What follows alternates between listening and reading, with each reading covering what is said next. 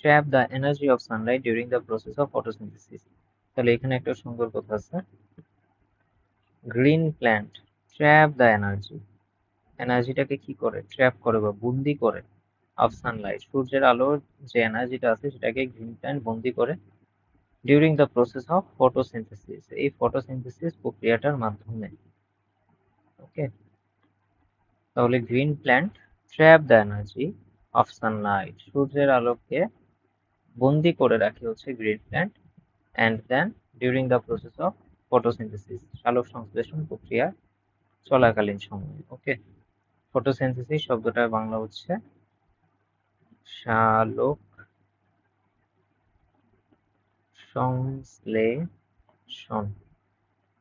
সালোক মানে হচ্ছে সযোগ আলোক, আলোক মানে হচ্ছে আলো, তার মানে আলোক মানে যেটা আলোর মাধ্যমে, সংশ্লেষণ, সংশ্লেষণ মানে হচ্ছে প্রোডাকশন,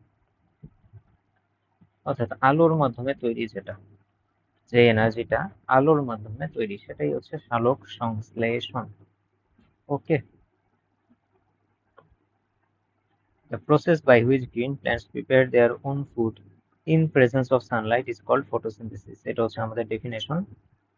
যদি 1 নম্বর কোশ্চেনে আসে হোয়াট ইজ ফটোসিনথেসিস, তাহলে এই ডেফিনেশনটা সবাই লেখার ট্রাই করবা।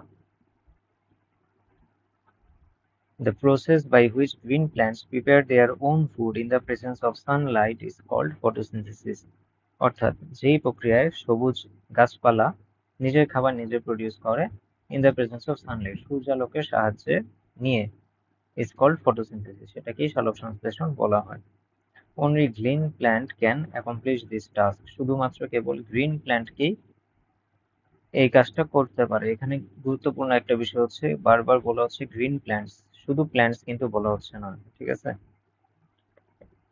প্ল্যান্টস, প্ল্যান্টস এর মধ্যে কিন্তু অনেকগুলো ক্লাসিফিকেশন আছে, হ্যাঁ, ফাঙ্গাই আছে, তারপর হচ্ছে ফার্ন আছে, মস আছে, দেন হচ্ছে বিগ ট্রিজ আছে, হ্যাঁ।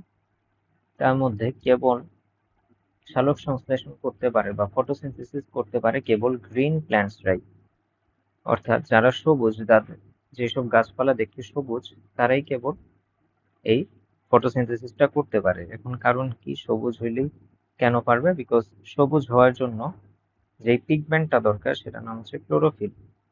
ক্লোরোফিল পিগমেন্টের কারণেই হচ্ছে গাছপালা সবুজ হয়। তো চিন্তা করো, যেই গাছপালায় ক্লোরোফিল নেই সে তো আর সবুজ হবে না, আর সবুজ না হওয়ার কারণে বা ক্লোরোফিল না থাকার কারণেই কিন্তু সে আর ফুড প্রডিউস করতে পারবে না। এজন্য বারবার বলা হচ্ছে গ্রিন প্ল্যান্টস, শুধু প্ল্যান্টস বলা হচ্ছে না, বলা হচ্ছে গ্রিন প্ল্যান্টস, সবুজ গাছপালা যারা, যাদের মধ্যে ক্লোরোফিল আছে কেবল তারাই খাবার প্রডিউস করতে পারবে।